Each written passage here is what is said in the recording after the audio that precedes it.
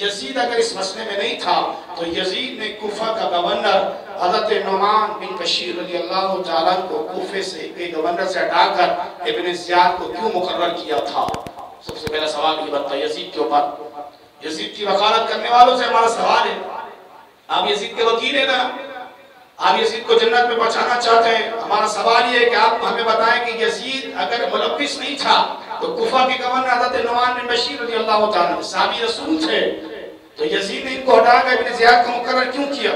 حضرات محترم، دوسرا سوال ہمارا یہ بنتا ہے یزید کے مسئلے پر اور یزید کے ہم نواؤں سے اور یزیدی ٹولوں سے ہمیں اس بات کا جواب دو کہ اگر اس کے کہنے پہ کچھ بھی نہیں ہوا، یہ براہ راست ملوث نہیں تھا، لیکن اس نے اس کے بعد کس کس کو سزا دی، کس کس کو کٹیرے میں لایا، کس کس پر ایف آئی آر کٹی؟ آپ کے پاس جواب نہیں ہے. تیسرا ہمارا سوال یہ بنتا ہے کہ یزید ملوث نہیں تھا تو اہل بیت اطہار کی وہ نفوس قدسیہ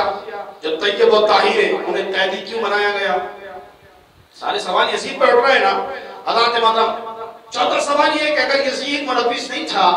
تو یزید نے سیدہ زینب رضی اللہ تعالیٰ عنہ کے سامنے اپنا فتح کا خطبہ کیوں دیا کہ میں جیت گیا حسین ہار گیا؟ سوال ہے نا بھائی، آپ ہمیں سوال کا جواب دیں نا. اگر آپ کو یزید کو جنت میں بھیجنا ہے تو آپ ہمیں ان سوالوں کے جواب دیں کہ سیدہ زینب کے سامنے یزید نے حضرات محترم کیوں کہا کہ میں جیت گیا حسین ہار گیا؟ ہمارا سوال بنتا ہے کہ اگر یزید اس میں ملوث نہیں تھا تو امام علی مقام کے سر انور جب لایا گیا تو اس پر یزید نے چھڑی مار کے کیوں کہا کہ حسین سے میں نے آج بدر کے لوگوں کا بدلہ لے لیا؟ یہ کیوں کہا؟ اگر یہ یزید بے قصور تھا، اس میں کا کوئی قصور نہیں تھا، تو یزید نے اہل بیت اطہار کے ان نفوس قدسیہ جو دربار میں کھڑے تھے ان سے معافی کیوں نہیں مانگی کہ مجھ سے غلط ہوا، میں ملوث نہیں تھا، میرا اس میں کوئی ارادہ نہیں تھا؟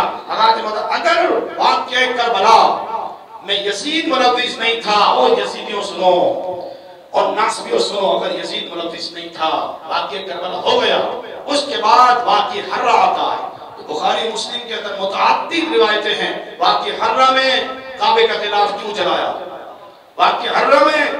مدینہ شریف کے اندر 3 دن نماز نہیں ہونے دی. آپ مجھے بتائیں نا اگر یزید ملوث نہیں تھا واقعہ کربلا میں تو اس کے بعد یزید نے یہ اقدام کیوں اٹھایا؟ تو موضوع حضرات محترم یزید کا بنتا ہی نہیں، کیونکہ کوئی اچھی چیز نہیں کہ جس کا ذکر ہم کریں، لیکن جب حالات اور واقعات کو دیکھتے ہیں تو پھر لازمی ہوتا ہے کہ ہم اپنا حق ادا کریں اور منبر رسول سے وہ بات پہنچائیں اور اللہ اس کے رسول کو گواہ بنائیں کہ اللہ تو گواہ ہو جا، ہم کل بھی حسین کے ساتھ تھے، ہم آج بھی حسین کے ساتھ ہیں، ہم کل بھی قاتلان حسین پہ لعنت بھیجتے تھے اور ہم آج بھی قاتلان حسین پہ لعنت بھیجتے ہیں کہ اہل بیت پاک سے گستاخیاں بے باکیاں لعنت اللہ علیکم دشمنان اہل بیت داغ جنت کے بحرے مدح خانے اہل بیت تم کو مجدہ نار کا ہے. دشمنان اہل بیت اپنا سودا بیچ کر